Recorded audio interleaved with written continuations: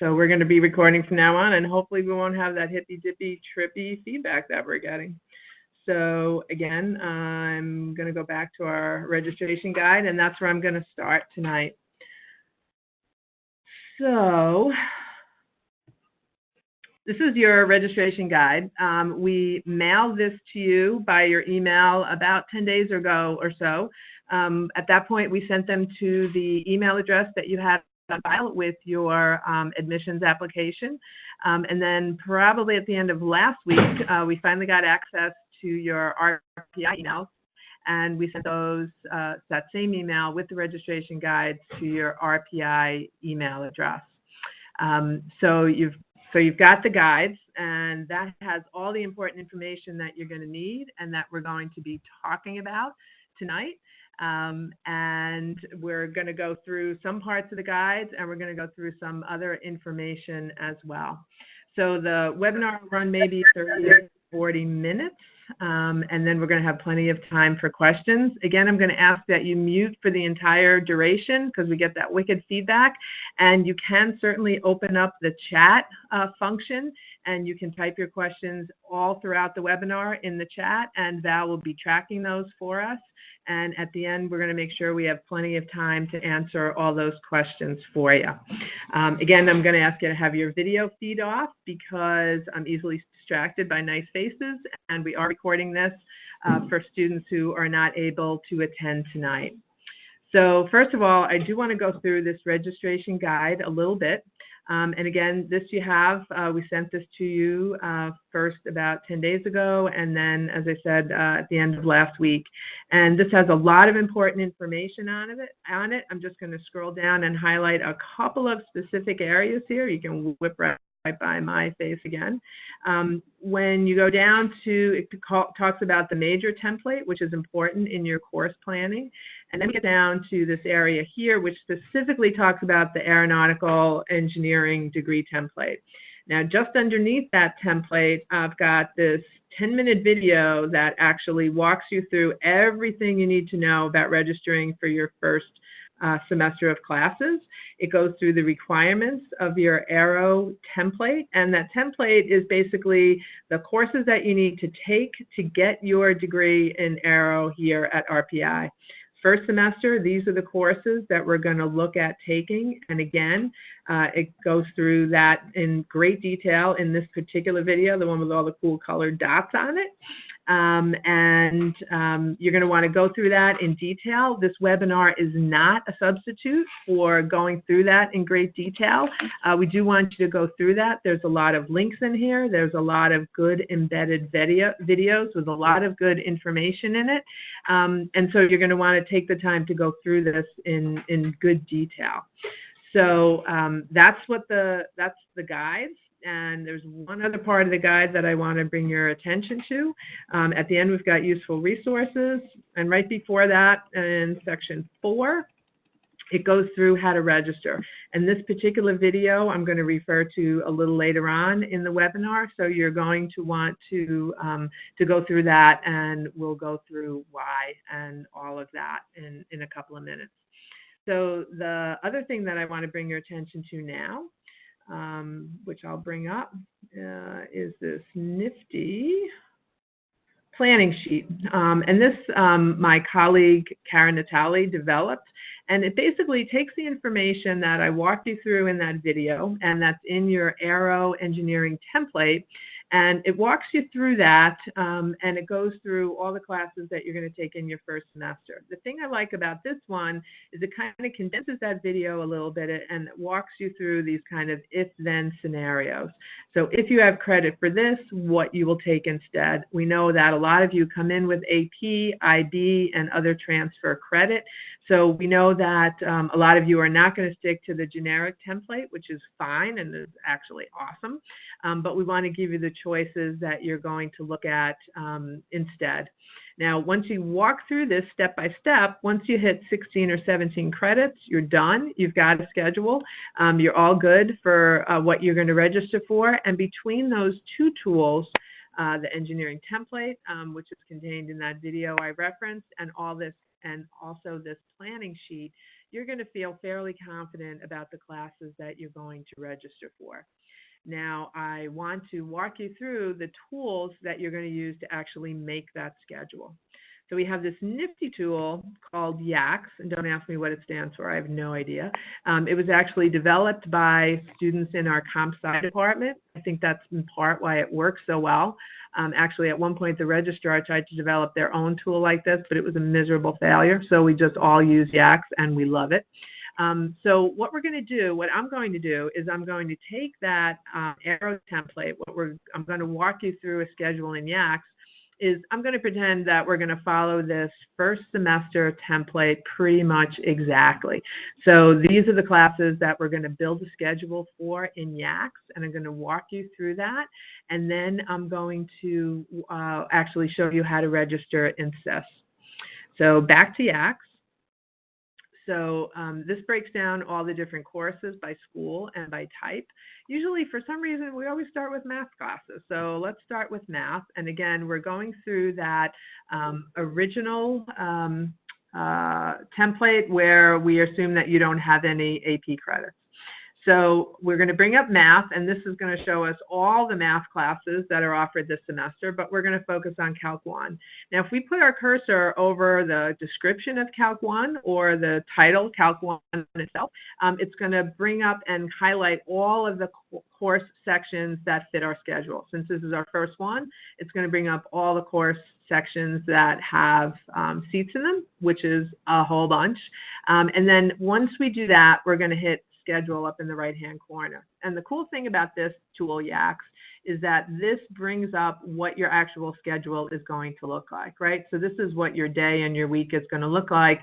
And with the sections of calculus that are open right now, we've got 48 potential schedules. So that's only one class, though, so we're going to keep going. So every time we want to go back and add another class, we're going to go this nifty rainbow flag looking thing here, which is always rainbow. It's not just up for Pride Month. It always looks like that. And we're going to, now that we've done math, let's look at physics, because we're going again on that original template, and we're going to assume you're going to take Physics 1. So we're going to highlight Physics 1, and I want to talk a little bit about Physics 1, only because it's one of these odd things that when you go to register for Physics 1, we have for the first year, first semester, we have for the first year classes in calculus and physics and chemistry, we have these parts of the course called mentoring sections. And for calculus and for chemistry, they're built right into the schedule. But for physics, kind of one of those weird departments, and they have it separately. So if you are taking Physics 1, when you register for Physics 1, you must also register for the Physics Mentoring section. Now that's known as Physics 1960. Usually it says Mentoring section, but I don't think they've gotten around to putting that in yet. It says Topics in Physics, but Physics 1960 is the Mentoring section. So you're going to want to click on that at the same time that you're registering for physics. So let's go up and see what that looks like now in our schedule. We've got Physics 1 and the mentoring schedule and calculus in there. Boom. Let's see what that looks like. Holy smokes, we got 1,000 schedules. So that's way too many schedules. Now, again, if you go clicking through these, you can see the classes move around, right? And right now we've got Friday off. How sweet is that? But we're going to keep adding some more classes, and we're going to go back to our nice rainbow flag. And now we've got math and we've got science. Let's look at engineering. So we're going to assume that you're going to take that Introduction to Engineering Analysis, which is the first engineering class you're going to take. Now, again, that's an engineering class, so we're going to look for that, IEA, Introduction to Engineering Analysis. Again, I'm going to direct you to the video because it has a detailed description of Introduction to Engineering Analysis and why you may or may not want to take it your first semester. I'll give you a little hint. It has to do with your comfort level with physics, but I'm going to make you watch the video to check that out. So let's assume you're comfortable with physics. You're going to take that Introduction to Engineering Analysis class. Boom. We're going to add that to our schedule as well. And then the other engineering class that's listed in that first semester there is Engineering Graphics and CAD.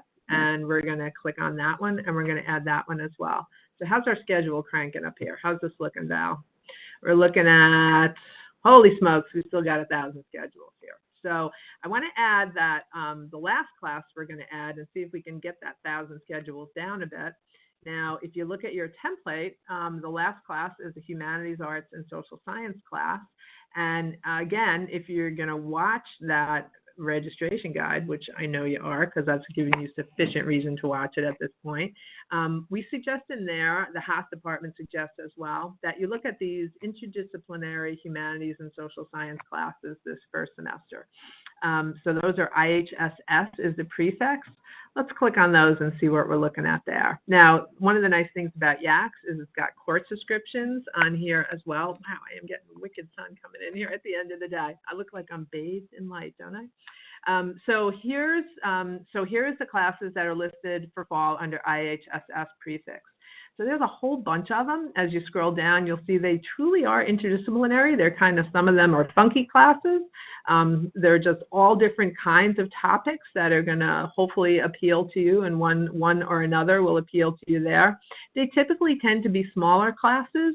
A lot of them are discussion-based. So you can scroll through here and see the course descriptions of the ones that have them. Hopefully they'll be adding the ones that are not up here yet before you actually register. So let's say you went through all of these and Century of the Gene sounds particularly intriguing to you. So if you click on that, we'll add that as our final class. And let's see what that does to our schedule. Holy smokes, we still got 1,000 schedules. So first, you could look through as many of these as you want, as many as you can stand, and you can see that classes are moving around. And you can do that until the cows come home, basically. And now you're starting to see, oh, I got some time for lunch on some of these days. So you can see what appeals to you. The other thing we can do is we can go down, if we scroll down here, we're going to go down to where all those classes are, right? Now, initially, we went in there and we took all the classes, right? So you might want to refine that a little at this point because you've got 1,000 different schedules, right? So say, why would you want to refine it? Well, you're an athlete and your coach tells you, dude, you cannot take any classes that meet after 4 o'clock. So then we can go in and we can deselect all of the classes that start after 4 o'clock. And that's going to change what our schedules look like. And if you go through and you do that for all of the classes, take out all the physics classes and all the IEA classes and the CAD classes that start after 4 o'clock and go back to our schedule, hopefully at that point, we've cut it down from 1,000. You don't have to physically click through 1,000 schedules. But you know what? If you want to click through 1,000 schedules to find one you like, whatever floats your boat, that works for me. This one personally looks horrible to me because look at Wednesday. That's a horrible day.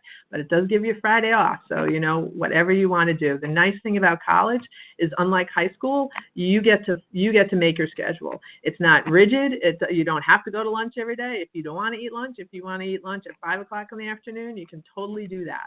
So you're going to make your schedule, and then when you get to one you like, say for some reason you like this crazy, horrible Wednesday, but pretty good Tuesday and really nice Friday, what you're going to do at that point, now that you've got a schedule you like, is you're going to make a note of these 5-digit numbers here that start with 8.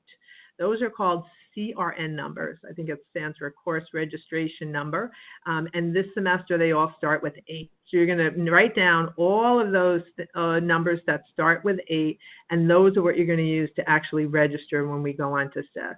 Now, I'm going to recommend that you make a whole bunch of schedules because chances are when you go to register, something will be closed. And so if you've got a bunch of different schedules with different CRNs, if you go to register for one schedule and it doesn't work out for some reason, you can just simply flip to the other one and you'll be in good shape. So now that you've got a schedule that you like in YACS and you're happy with that, we're going to go and show you what it looks like to actually register using SIS. That's a student information system. So this actually is not live. This is a PowerPoint because my menu for SIS looks different from yours as an advisor. So we wanted to show you what it looked like using actual student menu and what the students actually see, because that's what you're going to see. So this is the way we register, and you're going to use SIS for a whole bunch of different things throughout your time here. You're going to go to sis.rpi.edu. There's links, again, in that registration guide. There's links to all of this. You can simply click on it and go right to this. It's going to ask first when you log in for your user ID. That's your Rensselaer ID number, RIN, and that RIN number, as we call it, because we refer to everything at RPI with acronyms, if you haven't figured that out already. You're going to put in that RIN number. It starts with 6, it's 661 or 662 for your class, and you're going to put that in, and that's your user ID. And then your PIN number, when you sign into SIS for the very first time, it defaults to your birth date. So it's month, day, year, so it's 6 digits. And then you'll be able to reset your PIN, so it'll be something that you like and that you can remember. Now, you can lock yourself out of SIS by putting that in incorrectly 3 times. I've done it. Valerie's done it. We've all done it. At that point, you can either call the registrar's office or you can email registrar@rpi.edu, and they can reset that back to your birthday. So once you sign into SIS and you've got your little handy CRNs for the classes you want in hand, you're going to go to the student menu, and you can either click on it here, or there's tabs on the top and you can click on student menu there. And that just shows you, student menu, 2 different spots. Now, there's a lot of different things you can do on the student menu. What you're going to want to do immediately is you're going to go to register, add, drop at this point. But you can also get information. You can request a transcript. So if you're looking to take a summer class next summer at another school, they're going to ask you for a transcript. You can do that right through SIS yourself. Also, a year from now, when you're looking at information about ARCH, the summer ARCH, there's information there. You can do class searches here. The first thing you're going to do when you go to register the first time is you're going to have to clear your financial responsibility agreement. Again, all this is covered in your guide, but I just want to go through at this point the register, add, drop process. So you're going to go click on register, add, drop. You need to select a term that you want to register for. So we're looking at fall of 2019. So you're going to go and click on that, and you're going to click submit. Then it's going to bring up these little boxes here. And remember those 5-digit numbers that start with 8, those CRN numbers? You're going to pop those numbers for all of the classes you want all at once into those boxes. And you're going to put all of those in, and then you're going to click submit changes. This, just for the sake of an example, it just puts 1 in. No one would ever want to do that. And it's going to show you how you click on submit changes. And then when you're successfully registered for a class, this is what's going to appear. It'll say registered via web on the date. It'll have the class and the section and the title of the course.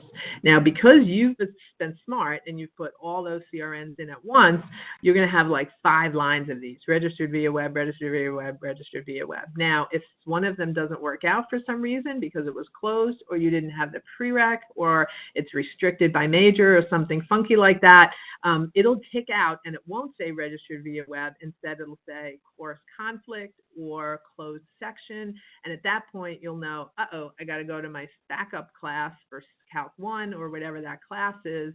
Alternatively, you could do a class search via SIS and search for classes that are open at that point. Now, YACS is a lovely, lovely tool, but it is not live. So when registration opens and your time ticket opens and you go to register, it's not going to have the absolute latest information because many students are going to be registering at the same time. So you're going to want to do a class search on SIS. Again, where are you going to find that information on how to do that? In your registration guides, just like we said. So that's what it looks like. And then once you register and you register successfully for 5 classes, you're going to want to look at this. So you're going to go back to student menu again, this little tab, student menu, view my weekly schedule daytime grid. And here you're going to just sit back and behold at the wonder that you have done. You have got a beautiful schedule. It was the schedule that you picked and that you wanted. And you're going to just take a look and say, yep, this is kind of what I wanted. It's kind of spaced out nicely. I'm done pretty early on most days. I'm cool. I'm done. I'm registered. So then you're good. Now, just a couple of little reminders.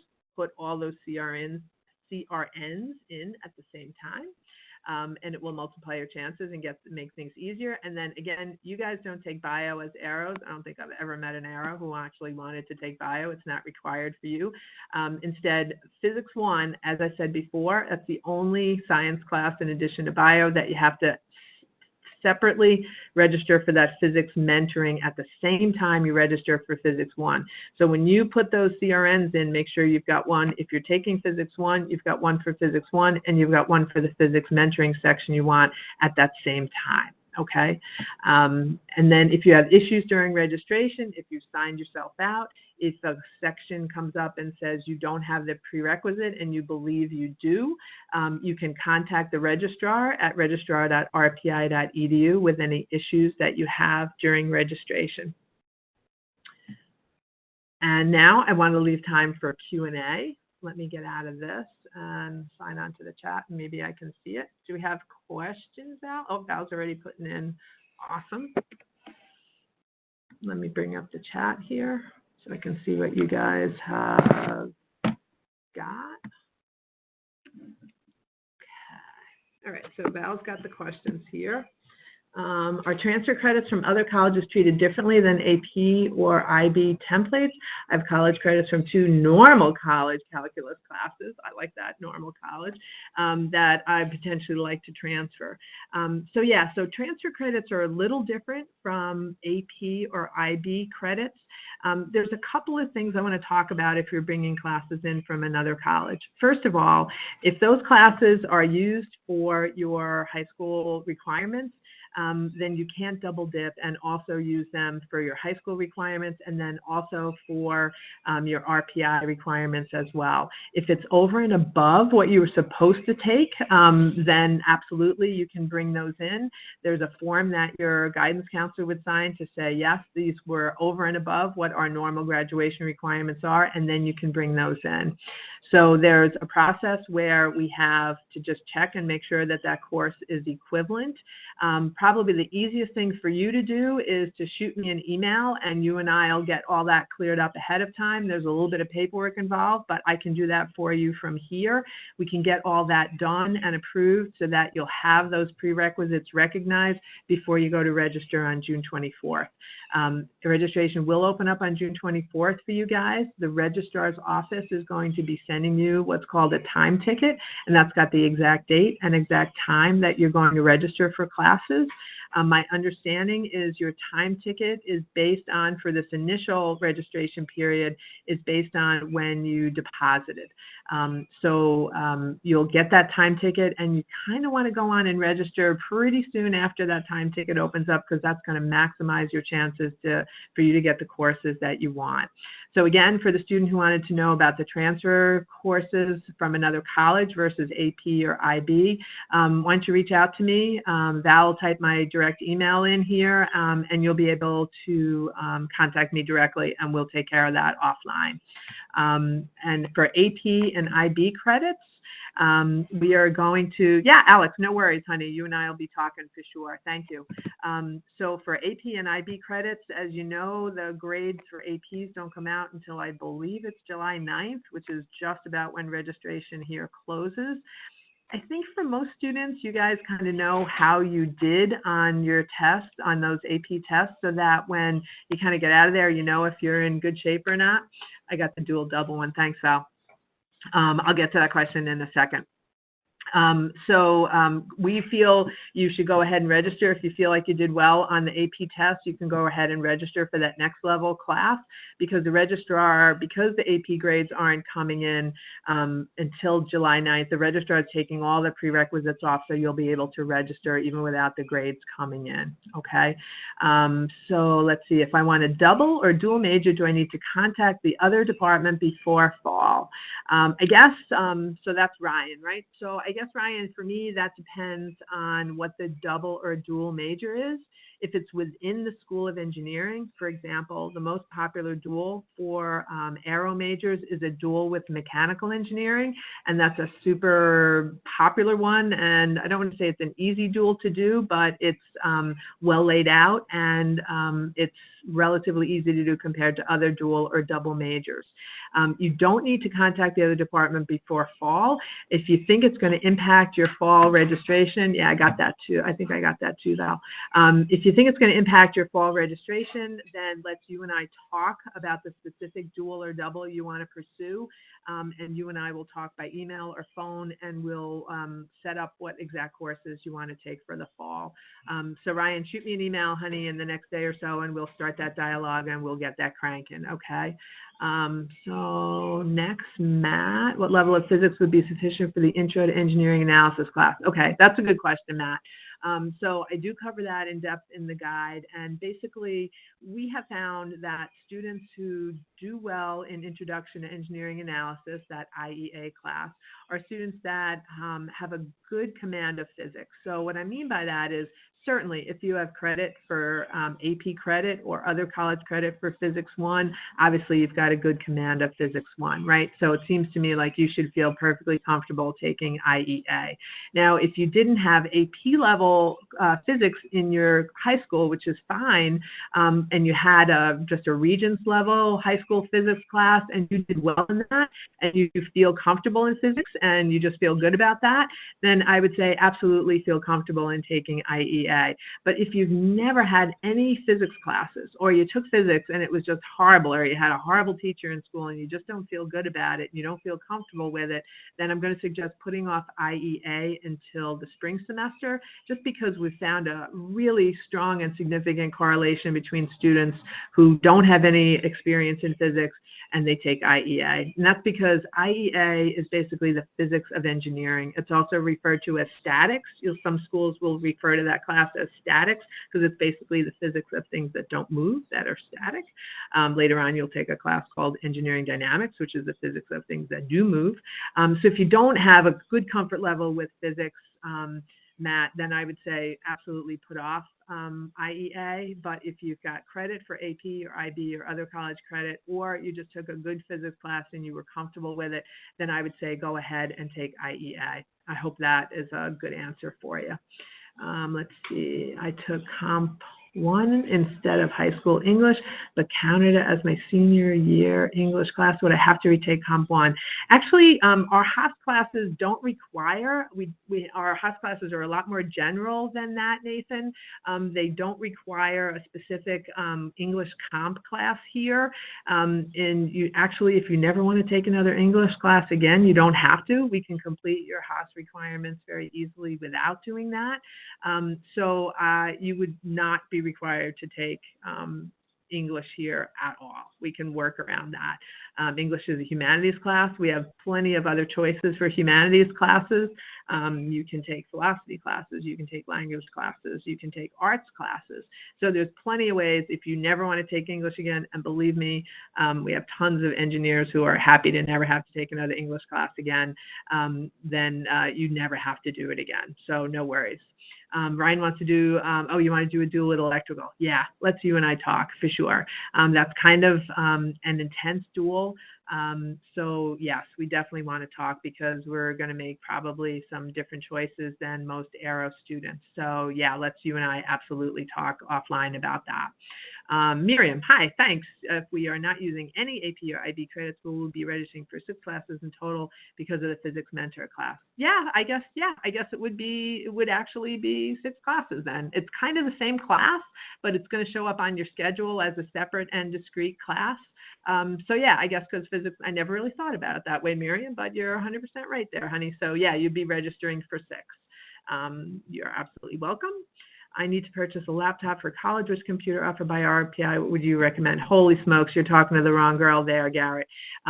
So I think that RPI gives you a choice every year. So I'll give you the few bits of nuggets of information that I've been able to glean from working with students here for 17 years. I would definitely purchase the RPI one. First of all, like we've got students who are come in every year and they try and make all the engineering software that comes preloaded on the RPI laptops. They try and make that work with like Apple's, and it just never ever works. Students will try valiantly and they'll struggle with it, but at some point it's just going to make their lives really difficult. That would be my advice. I've just seen that happen a lot. I think also going through RPI, you can get loaners here. So if for some reason, you're in like midterms and your computer stops working, you don't have to box it up and mail it any place. You just walk right over to the computer center, which is like right over my left shoulder there, and they'll give you a loaner so that you'll still be able to do your homework and stuff. In terms of specific computers to recommend, you might want to go on to like RPI's Reddit and throw that out there to students, because I think they're probably way better at knowing which specific ones would be better. So I hope that works. I hope that helps you. I know I'm really limited in my knowledge because I get this nice little laptop. They come and hand it to me, and that's all the information that I need to know. So how feasible is a dual with aero and mechanical? Super, super feasible, Alex. That's the most common dual within the School of Engineering. Basically, all the engineering classes have free elective credits, and for both aeros and mechanicals, you've got 3 4-credit classes in free electives. And what we do is, so here, let me bring up the aero template. I'm talking like in abstracts, and I can actually show you what it looks like. So on the aero template, what happens is you've got these 3 free electives there, there, and there. And we pop in, we take those free electives away, so you really lose all the choice you have in your curriculum, but instead we pop in 3 mechanical classes there, and then we add, in addition to that, a 4-credit class in mechanical and a 2-credit lab. So all in all, because we're using the free electives for 3 of the classes for the dual, it's only 6 additional credits. So, so it makes it really very doable to do that dual major. So that's a super easy, relatively easy dual to do. When you come, it's not going to impact your fall registration at all, Ryan, because the first couple of semesters of aero and mech are basically identical. So it's not going to impact your registration for fall. If you want to shoot me an email, I can send you the degree template for that dual major, and you'll be able to see, verify that what I'm talking about, that the classes that you're going to add, which come much later on, and the fact that the first couple of semesters are the same. So we can certainly talk about that. I'll send me an email and I'll send you that dual degree template. I'm happy to do that. It's super popular, as I said. So Rohan, what a great name. I'm very strong in physics, math, and computer science. I have AP credits in all 3 subjects. Is it possible to do a dual major in aerospace, and computer science? Everything is possible in life, my friend. Would I want to personally do it? That seems like a really super hard dual for me to do. But I can tell you, you wouldn't be the first person who has done it. We don't have a ton of students doing it because, boy, that comp sci curriculum is a beast. They're probably the most popular major here at RPI, and we do have students pursue duals. But here's the deal. So in order to even declare a minor in comp sci or a dual major in comp sci, they make you take a class, the intro class to comp sci is comp sci 1. And then they also make you take this class called data structures, which is a real beast, and students kind of hate it. It's kind of miserable. And you have to do well in both of those classes before they'll even, the comp sci department will even let you declare the dual. So if you want to absolutely pursue that dual, let's you and I again kind of talk offline. Send me an email and we can talk about where we want to start with that. Probably what we can look at, if you've got credits for like physics and math, we might look at working comp sci into your first semester instead of one of those other classes that we talked about. So we might actually, if you really think you want to do that dual, we might change your registration for fall than what we talked about earlier. But as I said, shoot me an email and we'll definitely start that dialogue and we'll figure out where we want to go from there. Do all Physics 1 classes meet at 6 p.m. on Tuesday? Wow, Matt, you are assuming I'm really looking at those class schedules, which I have not so far, honey, but it could be. So what happens a lot in these first-year classes is there's a common test block for all the different sections.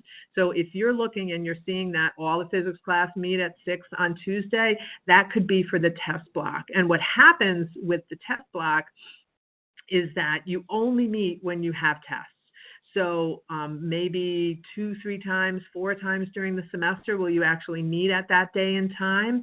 And if you're concerned, like if you're an athlete and you're not allowed to be in classes at 6 o'clock, what happens is any classes that have test blocks in the evenings, the faculty members work with the athletes to reschedule those exams so that it's not going to cause a problem for sports, for either practices or games or things like that.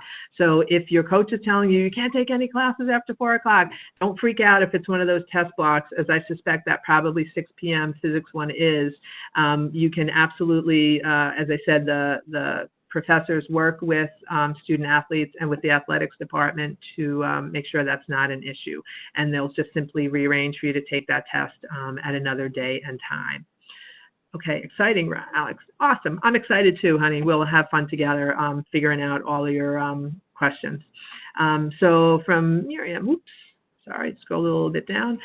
If you're interested in a minor, at what point in our academic career should we start taking classes for the minor?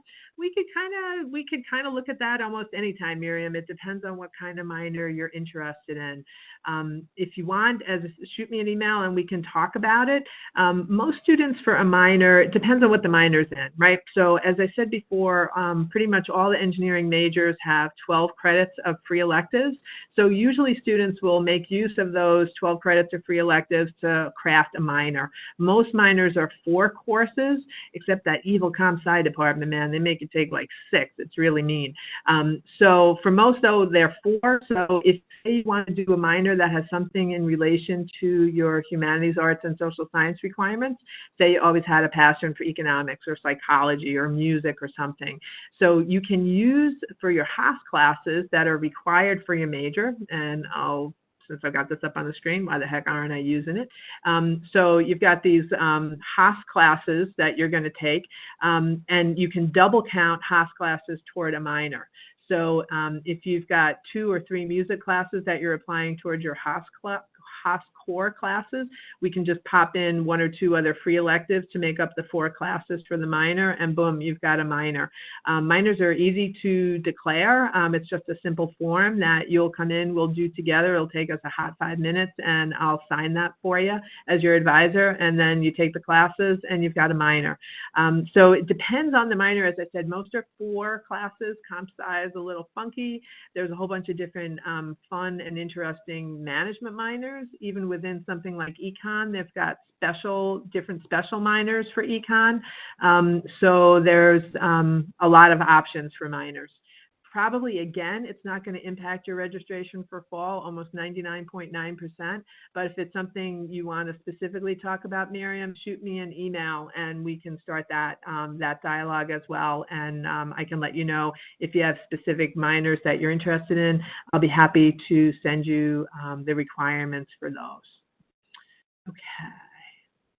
Nathan, since AP scores come out after we register, can we adjust our schedule before school starts? 100%. Yeah. So anything that you do at registration now is totally not set in stone. There's nothing that's irrevocable that you're going to register for. So, and even if it's not a question where you weren't sure what you got on the AP, so you registered for one class and you decided I really wanted to take a different one, we can make changes to that, right? So first of all, you're going to register for classes between June 24th and like July 9th or 10th or whatever the heck that is. Then you're going to have a schedule then. Then you're going to get your AP scores. Then you're going to come to campus for the SO sessions, right? The student orientation sessions, where we're going to be at those. And we're going to have a chance to meet actually on a couple of different occasions during that day and a half that you're here. So we can sit down and we can talk about it and we can adjust your schedules at that point so that when you leave SO, you'll have a new adjusted schedule. Then, even if you decide you want to change your mind after that, registration is going to open up again right before classes start, and you'll be able to make any changes then. And then in addition to that, you can change your class schedule anytime in the first 2 weeks of classes. We call that the add period, and within that time, you can change your mind. Now, you can make your best decision based on whether you want to use your AP credits or not. And again, if you go to the registration guide, there's an extensive discussion of whether you want to use your AP credits or not. I would highly advise that you go through those sections as well.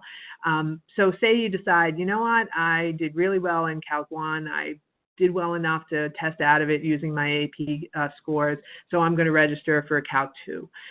So say first day of classes, you go into Calc 2, professor gives you a syllabus on the first day, which every class is required to do, and you look at that syllabus and you think, oh crap, I definitely am in over my head here. I don't know what I was thinking. I really feel more comfortable going into Calc 1. Then you can just leave the class on day 1. You can go right online to SIS. You can drop Calc 2, add Calc 1, and there's no harm, no foul. It also goes the other direction. If you feel conservative and you want to stick with Calc 1, even though you might have credit for Calc 1, you go to class the first day, you get that syllabus in your hand, and it just looks like, oh my God, this stuff's so easy. I've got this stuff down. I'm going to be totally bored. You can do the reverse. You can walk out of that class, go on SIS, drop Calc 1, add Calc 2, and start going to that the very next day. So there's no harm, no foul. We can change your schedule. You know, even with your best guess, you might go into class the first day and decide you just want to do something else. And there's absolutely no problem with that. It's super easy. And if you want to come in and have a discussion about it before you make that decision, or you just want to call and talk or email, we can certainly have that conversation based on the experiences of students I've worked with for years and years. Okay. Anything else? Any other questions? You guys have great questions tonight. Thank you for all of those. Because the questions, you might think it's just a question that you have, and it'll answer something that someone else has in their head and thought, oh yeah, I forgot to ask that. I should really ask that. So you're doing great, and I really appreciate that. Insist, will it allow us to schedule 2 overlapping classes such as Leadership Lab and Chem 1? Spencer, I hope I answered your email on this today. If I didn't, it's because I was in the process of doing it, and I apologize. I must not have finished it. So, so you're an ROTC student, an Air Force ROTC, and there's a problem with Chemistry 1, and I believe that's with a test block for Chem 1. And again, I'm sorry, I thought I answered that email this morning, but I must have got distracted. So it's probably still sitting in my email and half finished. I apologize for that. So what happens is that's actually a well-known conflict. And so the chemistry department is aware of it, and the Air Force ROTC is aware of it. So what happens is we get those both instructors to sign a form that allows you to register for the 2 conflicting classes. And what happens is you actually attend Leadership Lab, and Professor Ma, who teaches Chemistry 1, usually sets up a different test time for you, just like in that example before I talked about with the athletes.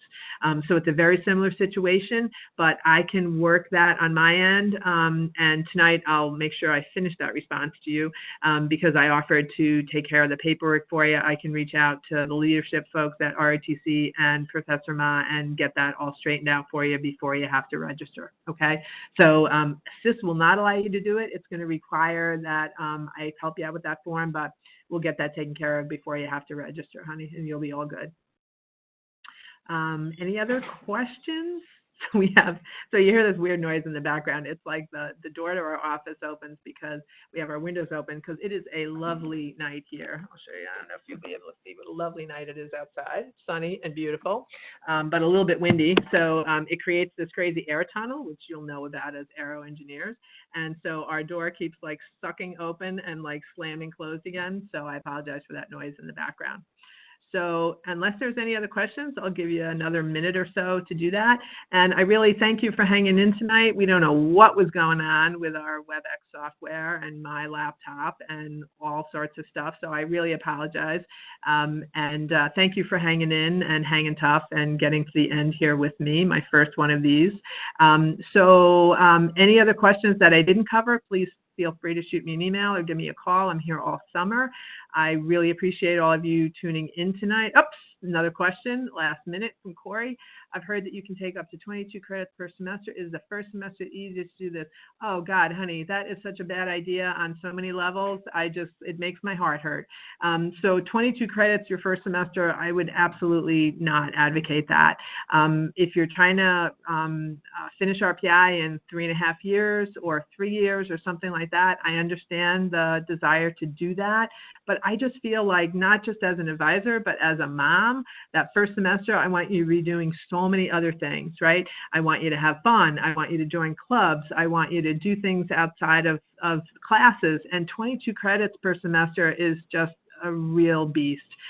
It would just make me really sad if you did that.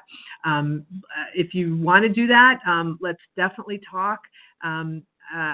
There are certain students who can do that, but in my many years of working here, you can't do everything, right? You got to sacrifice something. And especially that first semester, there's all sorts of adjustments you're making to having a roommate, to being on your own, to having to wake yourself up, to having all these great opportunities of clubs and activities you can get involved in. And I want you to do all of those things. And I'm a big fan of fun. So I want you to have some damn fun. So 22 credits your first semester just sounds really scary to me. But if it's something you're committed to doing, I mean, you're a grown person at this point, right? Like no one's going to tell you what to do. So we can have a discussion about it. I would highly advise against it, and I could give you a million more reasons why. But if you really are determined to do it, I can help you figure out which 22 credits would be the least worst. But again, it kind of makes my heart sad to hear it. But let's talk. I'm not going to tell you absolutely no, because that's kind of not my role. But that's my gut reaction. So sorry for that. So anybody else, anything at the last minute before we wrap up? Again, I really appreciate your attention and your patience with me tonight. We really appreciate your joining us. I really hope you enjoy the last couple of weeks of high school. And we're going to see you really soon. We'll see you at SO, and we'll look forward to seeing you here on campus real soon. Thanks a lot, and have a nice rest of your night.